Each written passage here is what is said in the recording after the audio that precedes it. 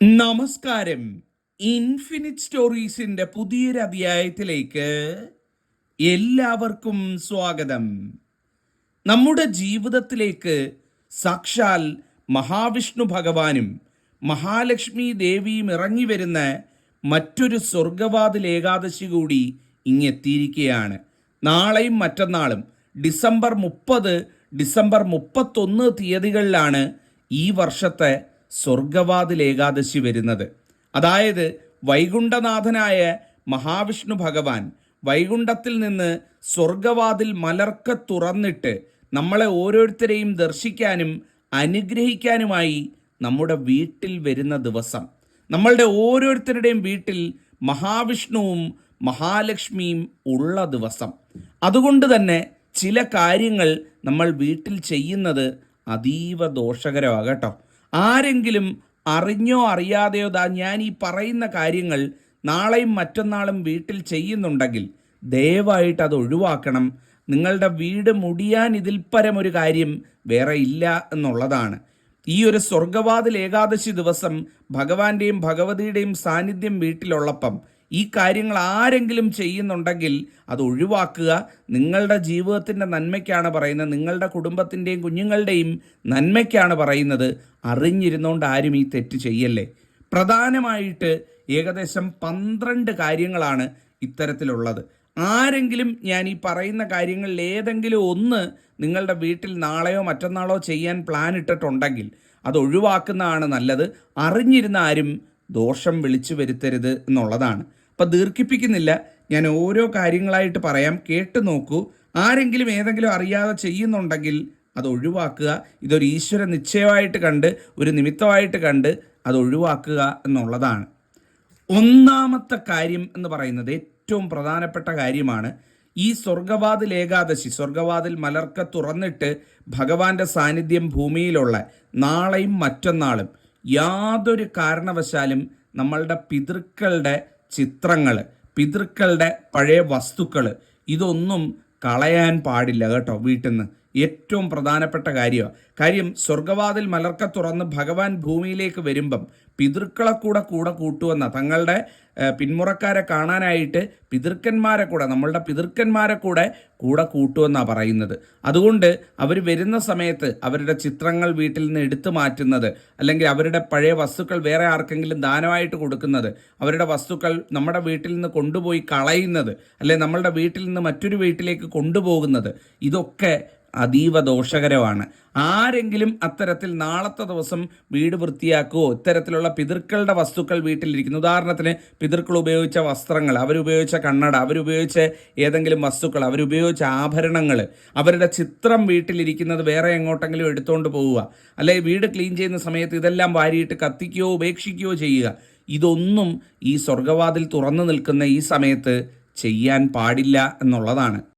അങ്ങനെ ആരെങ്കിലും ചെയ്യണമെന്ന് കരുതിയിരിക്കുന്നുണ്ടെങ്കിൽ ഈ 2 ദിവസം കഴിയട്ടെ.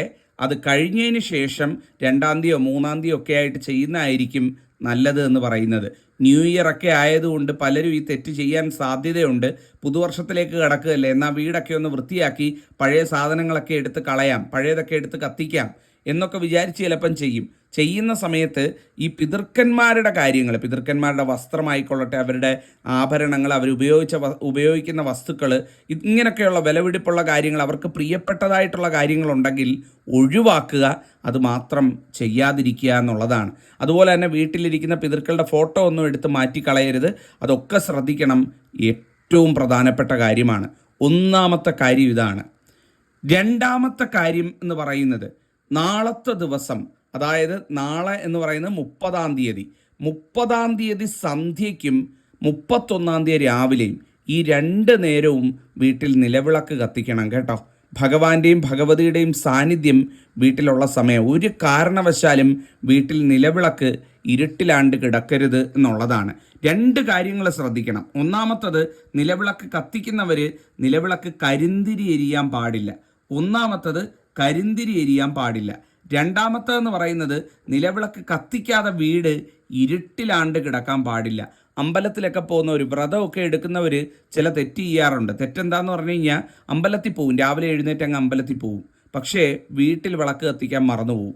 അങ്ങനെ പോയതുകൊണ്ട് കാര്യമില്ല കേട്ടോ. ഭഗവാൻ നമ്മളുടെ വീട്ടിലേക്ക് വരുന്ന ദിവസമാണെന്നാണ് പറയുന്നത്. ഭഗവാൻ വരുമ്പം വീട്ടിൽ കരിന്തിരിയാണ് കാണുന്നത്. അതായത് തലേ ദിവസം കത്തിച്ചിട്ട് ബാക്കി വെച്ച എരിയാതിരിക്കുന്ന ഇരുട്ടിലാണ്ട് കിടക്കുന്ന നിലവിളക്കാണ് കാണുന്നത് എന്നുണ്ടെങ്കിൽ അതിൽ പരം ദോഷമില്ല. 30-ാം തീയതി സന്ധ്യയ്ക്കും 31-ാം തീയതി രാവിലെയും ഇനി എന്തൊക്കെ തിരക്ക് കിടന്നു എന്ന് പറഞ്ഞാലും നിലവിളക്ക് കത്തിക്കണം. വീട്ടിരുട്ടിലാണ്ട് കിടന്നു കഴിഞ്ഞാൽ അതിൽ പരം ദോഷമില്ല. അതുപോലെ വിളക്ക് കത്തിച്ചു കഴിഞ്ഞാൽ നോക്കി നിന്ന് അരമണിക്കൂറോ 40 മിനിറ്റോ അത് കത്തിയതിന് ശേഷം നിലവിളക്ക് അണയ്ക്കുക. ഒരു കാരണവശാലും അത് കരിന്തിരി വരാനായിട്ടുള്ള ഇട കൊടുക്കരുത്. ഈ സ്വർഗവാതിൽ നാളിൽ കരിന്തിരി എരിഞ്ഞു കഴിഞ്ഞാൽ ആ വീട് മുടിയുമെന്നാണ് പറയുന്നത്. അതിൽ പരം ഒരു ദോഷമില്ല. അപ്പോൾ വിളക്ക് കത്തിക്കുന്നവർ അതിനോടൊപ്പം നിൽക്കുക, നിന്ന് കൃത്യമായിട്ട് നോക്കി നിന്ന് അണയ്ക്കുക എന്നുള്ളതാണ് മനസ്സിലാക്കേണ്ട രണ്ടാമത്തെ കാര്യം എന്ന് പറയുന്നത്. അടുത്തത് 3-ാമത്തെ കാര്യം എന്ന് പറയുന്നത്, സ്വർഗവാതിൽ ഏകാദശി ദിവസം യാതൊരു കാരണവശാലും മക്കളെ ശപിക്കുന്ന രീതിയിൽ അമ്മമാർ സംസാരിക്കരുത് കേട്ടോ. അമ്മമാരും അച്ഛന്മാരും ആരും മക്കളെ ശപിക്കുന്ന രീതിയിൽ അത് അച്ചിട്ടായിട്ട് ഫലിക്കുമെന്നാണ് പറയുന്നത്. ഉദാഹരണത്തിന് ആരും മക്കളെ അങ്ങനെ ശപിക്കാറില്ല, പക്ഷേ ചിലപ്പോഴെങ്കിലും ദേഷ്യത്തിൻ്റെ പുറത്ത് നീ നശിച്ചു പോകൂടാ, നീ ഗതി പിടിക്കത്തില്ലടാ, നീ ഗുണം പിടിക്കത്തില്ലടാ, നീ ഇങ്ങനെയൊക്കെ നടന്നാൽ നീ ഗതി പിടിക്കത്തില്ല എന്നൊക്കെ പറഞ്ഞ് ചിലപ്പോൾ സങ്കടം കൊണ്ട് പറഞ്ഞു പോവും. ചെയ്യരുത് കേട്ടോ. ഇരട്ടി ദോഷമെന്നാണ് പറയുന്നത്. ആ പറയുന്നത് വരം പോലെ നടക്കുമെന്നാണ് പറയുന്നത്. അറിയാതെ പോലും കുഞ്ഞു മക്കളായിരിക്കും, ചിലപ്പം കുരുത്തക്കേട് കാണിക്കും, ചിലപ്പം വികൃതികൾ കാണിക്കും, ചിലപ്പോൾ വലിയ മക്കളായിരിക്കും, ചിലപ്പം ചില പ്രശ്നങ്ങളൊക്കെ ജീവിതത്തിൽ ഉണ്ടായെന്നിരിക്കും. ഒരു ദേഷ്യത്തിൻ്റെയും ഒരു വികാരത്തിൻ്റെയും പുറത്ത് ശപിക്കുന്ന വാക്കുകളോ ശാപവാക്കുകളോ മക്കളെ പറയരുത്. അമ്മമാർ പ്രത്യേകിച്ചും അമ്മമാരത് പറഞ്ഞു കഴിഞ്ഞാൽ അതുപോലെ അവരുടെ ജീവിതത്തിൽ നടക്കുന്നു. അത് പിന്നെ നിങ്ങൾക്ക് തന്നെ ദുഃഖമായിട്ട് വരും അല്ലേ. നമ്മൾ ചിലപ്പോൾ ആ സങ്കടത്തിൻ്റെ പുറത്ത് അല്ലെങ്കിൽ എന്തെങ്കിലും അന്നേരം കാണുന്ന ഒരു ക്ഷോഭത്തിൻ്റെ പുറത്ത് പറയുന്നതായിരിക്കും, പക്ഷേ അത് അതുപോലെ നടന്നു വരുമെന്നാണ് പറയുന്നത്. ഒരുപാട് അനുഭവങ്ങളുണ്ട് കേട്ടോ. ഒരുപാട് ആളുകൾക്ക് അബദ്ധം പറ്റിയിട്ടുള്ള ഒരു കാര്യമാണ്. അപ്പോൾ എന്തൊക്കെയുണ്ട് എന്നുണ്ടെങ്കിലും കുഞ്ഞു മക്കളാണ് ഇച്ചിരി വാശി പിടിക്കുകയാണല്ലേ, ഇച്ചിരി എന്തെങ്കിലുമൊക്കെ വികൃതികൾ കാണിക്കുകയാണെന്നുണ്ടെങ്കിലും കഴിയുന്നതും അതൊക്കെ ക്ഷമിച്ച് സഹിച്ച് 2 ദിവസം വിടുക. അത്തരത്തിൽ വാക്കുകൾ പറയരുത്. പറഞ്ഞു കഴിഞ്ഞാൽ അത് കൃത്യമായിട്ട് പറഞ്ഞ് ചെയ്യിച്ച കണക്ക് അത് ജീവിതത്തിൽ നടന്നിരിക്കും എന്നുള്ളതാണ്. അത്രയും പവർഫുള്ളായിട്ടുള്ള അത്രയും ശക്തിയുള്ള ദിവസമാണ് ഈ ദിവസം എന്ന് പറയുന്നത്. ഇതാണ് 3-ാമത്തെ കാര്യം എന്ന് പറയുന്നത്. അടുത്തത് 4-ാമത്തെ കാര്യം എന്ന് പറയുന്നത്, സ്വർഗവാതിൽ ഏകാദശി ദിവസമായിട്ടുള്ള നാളെയും മറ്റന്നാളും, അതായത് ഡിസംബർ 30, 31 തീയതികളിൽ യാതൊരു കാരണവശാലും ആഹാരമെടുത്ത് കളയാൻ ഇടവരരുത് എന്നുള്ളതാണ്. ഓരോ അരിമണിയിലും മഹാലക്ഷ്മി ദേവി കുടികൊള്ളുന്നെന്നാണ് പറയുന്നത്. യാതൊരു കാരണവശാലും മഹാലക്ഷ്മി ദേവിയുടെ സാന്നിധ്യം നമ്മളുടെ വീട്ടിലും നമ്മളുടെ അടുക്കളയിലുമുള്ള ഈ ഒരു ദിവസം, ഈ ഒരു മഹാലക്ഷ്മി നിറഞ്ഞു നിൽക്കുന്ന ഈ സ്വർഗവാതിൽ ഏകാദശി ദിവസം നമ്മളുടെ വീട്ടിൽ ആഹാരം വേസ്റ്റ് ചെയ്യാൻ ഇട കൊടുക്കരുത്. ഒരാൾക്ക് വിളമ്പി വെക്കുന്ന ഭക്ഷണം അയാൾ കഴിക്കാതെ വന്നിട്ട് അവസാനം എടുത്തുകൊണ്ട് പോയി കളയേണ്ട അവസ്ഥ, വെച്ചത് കൂടിപ്പോയിട്ട് ആഹാരം അധികം വന്ന് അതെടുത്ത് തട്ടിക്കളയേണ്ട അവസ്ഥ, അല്ലെങ്കിൽ വെച്ച ആഹാരം കേട് വന്നിട്ട് അല്ലെങ്കിൽ കുറച്ച് നേരം കഴിഞ്ഞ് അത് വളിച്ചു പോയിട്ട് അതെടുത്ത് കൊണ്ടുപോയി വേസ്റ്റായിട്ട് കളയേണ്ട ഒരവസ്ഥ ഒരു കാരണവശാലും ഉണ്ടാവരുത് എന്നുള്ളതാണ്. ആവശ്യത്തിന് മാത്രമുള്ള ആഹാരം ഇട്ട് വെക്കുക, അത് കഴിക്കുക. കുഞ്ഞു മക്കളൊക്കെ ഉണ്ട് എന്നുണ്ടെങ്കിൽ അത് അലമ്പിപ്പോവാതെ അവർക്ക് ആവശ്യത്തിനുള്ളത് മാത്രം കഴിക്കാൻ വിളമ്പി നൽകി കൃത്യമായിട്ട് വീട്ടമ്മമാർ ഒരു പ്രത്യേക പരിഗണന കൊടുത്ത് ഇത് പരിഗണിക്കണം കേട്ടോ. കാര്യം ഒരു കാരണവശാലും ആഹാരം വേസ്റ്റ് ചെയ്യരുത്. ആഹാരം കളയേണ്ട അവസ്ഥ വന്നു കഴിഞ്ഞാൽ മഹാലക്ഷ്മി കോപം ഉറപ്പാണ്. ആ വീട്ടിൽ അന്നം മുട്ടും എന്നുള്ളതാണ്. ആവശ്യത്തിന് മാത്രം ഇട്ട് വെക്കുക. ചിലപ്പോൾ 2 നേരം വെക്കേണ്ടി വരുമായിരിക്കും, എങ്കിലും കുഴപ്പമില്ല. ആഹാരം വേസ്റ്റ് ചെയ്യാൻ പാടില്ല. ഒരു നുള്ളു പോലും കളയാതിരിക്കാനായിട്ട് പ്രത്യേകം ശ്രദ്ധിക്കുക. കുഞ്ഞുങ്ങളൊക്കെ ഉള്ള വീടുകളാണ് എന്നുണ്ടെങ്കിൽ ചിലപ്പോൾ പാതി കഴിച്ചിട്ട് പാതി കൊണ്ടുപോയി കളയുകയൊക്കെ ചെയ്യും. അതിനൊന്നും ഇടവരുത്തരുത്. ഈ 2 ദിവസം ശ്രദ്ധിക്കുക. മഹാലക്ഷ്മി വീട്ടിലുള്ള ദിവസമാണ്, ദോഷം വിളിച്ച് വരുത്തരുത്. ഇതാണ് 4-ാമത്തെ കാര്യം. 5-ാമത്തെ കാര്യം എന്ന് പറയുന്നത്, യാതൊരു കാരണവശാലും പിതൃക്കളെപ്പറ്റി മോശം കാര്യങ്ങൾ വീട്ടിൽ പറയരുത്. ആരാണ് പിതൃക്കൾ? നമ്മളുടെ മൺമറഞ്ഞു പോയ പൂർവികർ. നമ്മളുടെ സഹോദരങ്ങളാകാം, നമ്മളുടെ അച്ഛനമ്മമാരാകാം, അല്ലെങ്കിൽ മുത്തശ്ശൻ മുത്തശ്ശി അങ്ങനെയുള്ള ബന്ധമാകാം, ആരും ആയിക്കൊള്ളട്ടെ. നമ്മളുടെ മൺമറഞ്ഞു പോയ പൂർവികരായിട്ടുള്ള വ്യക്തികൾ, ഇന്ന് ഈ ഭൂമിയിൽ നമ്മളോടൊപ്പം ഇല്ലാത്ത, ഒരു കാലത്ത് നമ്മളോടൊപ്പം ഉണ്ടായിരുന്ന പൂർവികരെ പറ്റി ഒരു കാരണവശാലും കുറ്റം അല്ലെങ്കിൽ ദോഷങ്ങൾ പറയരുത് എന്നുള്ളതാണ്. ചിലർ പറയാറുണ്ടോ, അയാൾ അങ്ങനെ ചെയ്തു വെച്ചതുകൊണ്ടാണ് എൻ്റെ ജീവിതത്തിൽ ഞാനിപ്പോൾ ഈ കിടന്ന് അനുഭവിക്കുന്നത്, അല്ലെങ്കിൽ അയാൾ എന്നോട് അന്ന് കാണിച്ചത് മൊത്തം ക്രൂരതയായിരുന്നു. മരിച്ചുപോയവരെ പറ്റി ചിലരിങ്ങനെ പറയും. നാളത്തെ ദിവസം അത് ചെയ്യരുത് കേട്ടോ. സ്വർഗ്ഗവാതിൽ ഏകാദശി എന്ന് പറഞ്ഞാൽ പിതൃക്കളുടെ ഏകാദശി എന്നുകൂടൊരു സങ്കല്പമുണ്ട്. പിതൃക്കന്മാരുടെ സാന്നിധ്യം ഭൂമിയിലുള്ള ദിവസമാണെന്ന് കൂടൊരു സങ്കല്പമുണ്ട്. ആ ദിവസം പിതൃക്കളെ മോശമായിട്ട് പറയുന്നത്, പിതൃക്കളെ ദുഃഖിപ്പിക്കുന്ന രീതിയിൽ പറയുന്നതും വിഷ്ണു കോപത്തിന് ഇട കൊണ്ടുവരും എന്നുള്ളതാണ്. ചിലപ്പോൾ നമ്മളോട് ഏറ്റവും നീചമായിട്ടുള്ള പ്രവൃത്തി ചെയ്തവരൊക്കെ പിതൃക്കന്മാരുണ്ടാവും. എല്ലാവരും നല്ലതാണെന്ന് പറയുന്നില്ല. പക്ഷേ ഉണ്ടെങ്കിൽ പോലും അത് ഈ ദിവസം സ്വർഗ്ഗവാതിൽ ഏകാദശി ദിവസം പറയാനോ പരാമർശിക്കാനോ അവരെ കുറ്റം പറയാനോ വീട്ടിൽ കൂടിയിരുന്ന് സംസാരിക്കുന്ന സദസ്സുകളിൽ അത് പറഞ്ഞ് സങ്കടപ്പെടാനോ അല്ലെ അവരെ പറ്റി പറഞ്ഞ് നിങ്ങൾ വികാരം കൊള്ളാനോ ഒന്നും നിൽക്കരുത്. അത് നമുക്ക് ഇരട്ടിയായിട്ട് ദോഷം വരുന്ന ഒരു ദിവസം കൂടാണ്. അറിഞ്ഞിരുന്ന ആരും ആ തെറ്റ് ചെയ്യരുത് എന്നുള്ളതാണ്. അടുത്തത് 6ാമത്തെ കാര്യം എന്ന് പറയുന്നത് സ്വർഗ്ഗവാതിൽ ഏകാദശിയുടെ 1-ാം ദിവസമായ 2 ദിവസമായിട്ട് വരുന്നതുകൊണ്ടാണ് 30-ാം തീയതിയും 31-ാം തീയതിയും.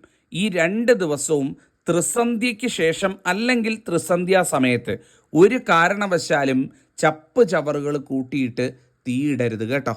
ന്യൂ ഇയർ അല്ലേ വരുന്നതെന്നൊക്കെ കരുതി പലരും സന്ധ്യയ്ക്ക് പോയിട്ട് വീടൊക്കെ ഒന്ന് തൂത്തുവാരി എല്ലാം ഒന്ന് തൂത്തുകൂട്ടി അല്ലെ ചപ്പ് ചവറുകളെല്ലാം തൂത്തുകൂട്ടി സന്ധ്യയ്ക്ക് പോയിട്ടായിരിക്കും സമയം നോക്കി തീയിടുന്നത്. ഒരിക്കലും ചെയ്യരുത്. ത്രിസന്ധ്യാ നേരത്ത് തീയിടരുത്. അതേസമയം വീട്ടിൽ നിലവിളക്ക് കത്തിക്കണം. തൂത്തുകൂട്ടി തീയിടുക എന്ന് പറഞ്ഞാൽ അത് പട്ടടദോഷം വിളിച്ചു വരുത്തും എന്നുള്ള ഒരു സമയമാണ് ഈ സന്ധ്യാ സമയം എന്ന് പറയുന്നത്. അറിഞ്ഞിരുന്ന ആരും ആ ദോഷം ചെയ്യരുത്. നിങ്ങൾക്ക് ചെയ്യണമെന്നുണ്ടെങ്കിൽ പകൽ സമയത്ത് എത്ര വേണമെങ്കിലും ചെയ്തോളൂ, പകൽ ചെയ്തോളൂ. സന്ധ്യ മയങ്ങുന്നതിന് മുമ്പ് വൈകുന്നേരമാണെങ്കിൽ ചെയ്തുകൊള്ളൂ. പക്ഷേ സന്ധ്യ ആയിക്കഴിഞ്ഞാൽ ഏതാണ്ട് ഒരു 6 മണിക്ക് ശേഷം യാതൊരു കാരണവശാലും ചെയ്യാതിരിക്കുക. അത് നിങ്ങൾക്ക് ഇരട്ടി ദോഷം കൊണ്ടുവരും. തൂത്തുകൂട്ടി തീയിടണം, പുതുവർഷത്തെ വരവേൽക്കാൻ വീടും പരിസരവും ഒക്കെ ഒരുക്കണമെന്ന് കരുതുന്നവർ പകലോ അല്ലെങ്കിൽ വൈകുന്നേരം കഴിയുന്നതിന് മുമ്പോ ചെയ്യുക എന്നുള്ളതാണ്. ഒരുപാട് പേർക്ക് അബദ്ധം പറ്റും. ചെയ്യരുത് ഈ തെറ്റ്. 7ാമത്തെ പ്രധാനപ്പെട്ട കാര്യം എന്ന് പറയുന്നത് വളരെ പ്രധാനപ്പെട്ടതാണ്. പ്രത്യേകം ശ്രദ്ധിക്കണം. അതായത് നാളത്തെ ദിവസവും മറ്റന്നാളത്തെ ദിവസവും 2 ദിവസവും തുളസിക്ക് വെള്ളം ഒഴിക്കരുത് കേട്ടോ. തുളസിക്ക് വെള്ളം ഒഴിക്കരുത്. ഏകാദശി വ്രതം നോൽക്കുകയാണ് തുളസി എന്ന് പറയുന്നത്. തുളസിയെ സംബന്ധിച്ചിടത്തോളം ഈ 2 ദിവസവും ഏകാദശി ചേർന്ന് വരുന്നത് കൊണ്ട് ഈ 2 ദിവസവും നിങ്ങൾ തുളസിക്ക് ജലം ഒഴിക്കാതിരിക്കുന്നതാണ് ഏറ്റവും അഭികാമ്യം എന്ന് പറയുന്നത്. അഥവാ നിങ്ങൾക്ക് ഒഴിക്കണമെന്നുണ്ടെങ്കിൽ നിങ്ങൾ ഇന്ന് തന്നെ തുളസിക്ക് വേണ്ടുവോളം ജലമൊക്കെ കൊടുത്ത് നിർത്തുക എന്നുള്ളതാണ്. അതായത് ഏകാദശി വ്രതം തുളസി ദേവിയും നോൽക്കുന്നുണ്ട് എന്നുള്ളതാണ് സങ്കല്പം. നിങ്ങളുടെ വീട്ടിൽ നിൽക്കുന്ന തുളസിയില പറിക്കാനോ തുളസിക്ക് ജലമൊഴിക്കാനോ തുളസി മാറ്റി നടാനോ തുളസി പറിച്ചു മാറ്റാനോ ഇതൊന്നും പാടില്ലാത്ത, തുളസിയെ ഉപദ്രവിക്കുന്ന രീതിയിൽ ഒരു കാര്യങ്ങളും ചെയ്യാൻ പാടില്ലാത്ത ദിവസമാണ് ഈ സ്വർഗ്ഗവാതിൽ ഏകാദശി ദിവസം. പൊതുവേ ഏകാദശികളിൽ തുളസി പറിക്കാൻ പാടില്ല എന്ന് പറയും. തുളസിക്കതിര് തലേന്നേ പറിച്ചു വെക്കണമെന്ന് പറയും. തുളസിക്ക് വെള്ളം ഒഴിക്കരുത് എന്നും പറയും. അത് തന്നെ ഇവിടെയും ബാധിക്കും. അത് ഏറ്റവും ശക്തിയുള്ള ഏകാദശിയാണ്. ഈ സമയത്ത് പോയിട്ട് അറിഞ്ഞിരുന്നുകൊണ്ട് തുളസി കോപം വിളിച്ചു വരുത്തരുത് എന്നുള്ളതാണ്. അതീവ ദോഷകരമാണ്. നിങ്ങൾക്ക് വീട്ടിൽ വിളക്കിന് വയ്ക്കാനോ പൂജയ്ക്കോ അമ്പലത്തിൽ കൊടുക്കാനോ ഒക്കെ ആവശ്യമുണ്ട് എന്നുണ്ടെങ്കിൽ ഇന്ന് തന്നെ അത് എടുത്തു വയ്ക്കുക. യാതൊരു കാരണവശാലും പോയി ഏകാദശി നാളായിട്ടുള്ള നാളെയും മറ്റന്നാളും ആ തെറ്റ് ചെയ്ത് ദോഷം വിളിച്ചു വരുത്തരുത് എന്നുള്ളതാണ്. ഇതാണ് 7ാമത്തെ കാര്യം എന്ന് പറയുന്നത്. 8ാമത്തെ പ്രധാനപ്പെട്ട കാര്യം എന്ന് പറയുന്നത് നിങ്ങളുടെ വീട്ടിൽ നിലവിളക്ക് കത്തിച്ചു കഴിഞ്ഞാൽ പ്രധാന വാതിൽ അടച്ചിടരുത് കേട്ടോ. കൊതുക് കടിയാണ്, അല്ലെ വീട്ടിൽ വാതിൽ നോക്കാൻ ആളില്ല എന്നൊന്നും പറഞ്ഞ് ചെയ്ത് കളയരുത്. ഏറ്റവും കുറഞ്ഞത് ഒരു 20 മിനിറ്റെങ്കിലും വീടിൻ്റെ മെയിൻ ഡോറ് തുറന്നിടണം. കാരണം വീട്ടിൽ നിലവിളക്ക് കത്തിച്ച് വെച്ചാൽ മഹാലക്ഷ്മി പടികടന്ന് വരുന്നത്, ഭഗവാനോടൊപ്പം മഹാലക്ഷ്മി എത്തുന്നത് ഈ പ്രധാന വാതിൽ വഴിയാണെന്നുള്ളതാ സങ്കല്പം. ആ പ്രധാന വാതിൽ അല്ലെങ്കിൽ വീടിൻ്റെ മെയിൻ ഡോർ എന്ന് പറയുന്നത് തുറന്ന് തന്നെ ഇരിക്കണം. അതുപോലെ വീടിൻ്റെ പ്രധാന വാതിലിൽ എന്തെങ്കിലും ചിലന്തി വല, മാറാല പോലുള്ള കാര്യങ്ങളുണ്ടെങ്കിൽ ഇന്നേ അതൊന്ന് തുടച്ചു വെക്കണം കേട്ടോ. ഭഗവതി വരുമ്പം മൂദേവി ഇരിക്കുന്ന കണ്ടു കഴിഞ്ഞാൽ ഭഗവതി തിരിഞ്ഞങ്ങ് പോകുമെന്നാണ് പറയുന്നത്. അപ്പം ഭഗവാനും പോവും. അപ്പോൾ അത് നമുക്ക് ദോഷമായിട്ടുള്ള കാര്യമാണ്. വീടിൻ്റെ പ്രധാന വാതിൽ തുടച്ച് വൃത്തിയാക്കി മിനുക്കി വയ്ക്കുക. ഒരു കാരണവശാലും പ്രധാന വാതിൽ അടച്ചിട്ടുകൊണ്ട് നിലവിളക്ക് കൊളുത്തുന്ന ഒരവസ്ഥ വീട്ടിലുണ്ടാവരുത്. 20 മിനിറ്റെങ്കിലും, ഞാൻ പറഞ്ഞില്ല 20 മിനിറ്റെങ്കിലും നിലവിളക്ക് കത്തിച്ചു കഴിഞ്ഞാൽ ഏറ്റവും കുറഞ്ഞത് വീടിൻ്റെ മെയിൻ ഡോറ് തുറന്നിടുക എന്നുള്ളതാണ്. എല്ലാവരും ശ്രദ്ധിക്കണം. അബദ്ധം പറ്റും. ചിലപ്പോൾ സന്ധ്യയ്ക്ക് പോയി വിളക്കെല്ലാം കത്തിച്ചെല്ലാം ഒരുക്കിയെല്ലാം വെക്കും, പ്രധാന വാതിൽ അടച്ചിട്ട് കളയും. ഭഗവതി വന്നിട്ട് അതുപോലെ തിരിച്ച് മടങ്ങുമെന്നാണ് പറയുന്നത്. ത്രിസന്ധ്യയ്ക്ക് ആരും ആ തെറ്റ് ചെയ്യരുത്.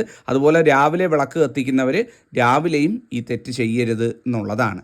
അടുത്തത് 9ാമത്തെ കാര്യം എന്ന് പറയുന്നത് മുടി, നഖം, ഈ 2 കാര്യങ്ങൾ ഈ ഏകാദശി ദിവസങ്ങളിൽ, അതായത് നാളെയും മറ്റന്നാളും 30, 31 തീയതികളിൽ മുറിക്കാൻ പാടില്ല എന്നുള്ളതാണ്. നേർച്ചയുടെ ഭാഗമായിട്ട് മുടി മുണ്ടനം ചെയ്യുന്നതിൽ തെറ്റില്ല. പക്ഷേ അതല്ലാതെ മുടി മുറിക്കാനോ അല്ലെങ്കിൽ നഖം വെട്ടാനോ ഈ 2 ദിവസങ്ങളിലും പാടില്ല എന്നുള്ളതാണ്. പ്രത്യേകിച്ചും വ്രതം എടുക്കുന്നവർ വളരെ ശ്രദ്ധ വേണം. ഒരു കാരണവശാലും ഈ തെറ്റ് ചെയ്യരുത് എന്നുള്ളതാണ്. ഇതാണ് 9ാമത്തെ കാര്യം. അടുത്തത് 10ാമത്തെ കാര്യം എന്ന് പറയുന്നത് നാളെയും മറ്റന്നാളും, അതായത് 30-ാം തീയതിയും 31-ാം തീയതിയും യാതൊരു കാരണവശാലും മഞ്ഞൾ, ഉപ്പ്, അരി ഈ വസ്തുക്കൾ നമ്മളുടെ വീട്ടിൽ നിന്നോ നമ്മളുടെ വീടിൻ്റെ അടുക്കളയിൽ നിന്നോ കടം കൊടുക്കാൻ പാടില്ല എന്നുള്ളതാണ്. നിങ്ങൾക്ക് കൊടുക്കണമെങ്കിൽ ദാനമായിട്ട് കൊടുത്തോളൂ. ഒരാൾ വന്നില്ലായ്മ കൊണ്ട് ചോദിക്കുകയാണെന്നുണ്ടെങ്കിൽ അവർക്ക് ദാനമായിട്ട് കൊടുത്തോളൂ. അത് അവരോട് പറഞ്ഞോളൂ, തിരിച്ച് വേണ്ട എന്നുള്ളത് പറഞ്ഞോളൂ. യാതൊരു കാരണവശാലും ഉപ്പ്, മഞ്ഞൾ, അരി ഈ 3 വസ്തുക്കൾ നമ്മളുടെ അടുക്കളയിൽ നിന്ന് കടവായിട്ട് കൊടുക്കാൻ പാടില്ല.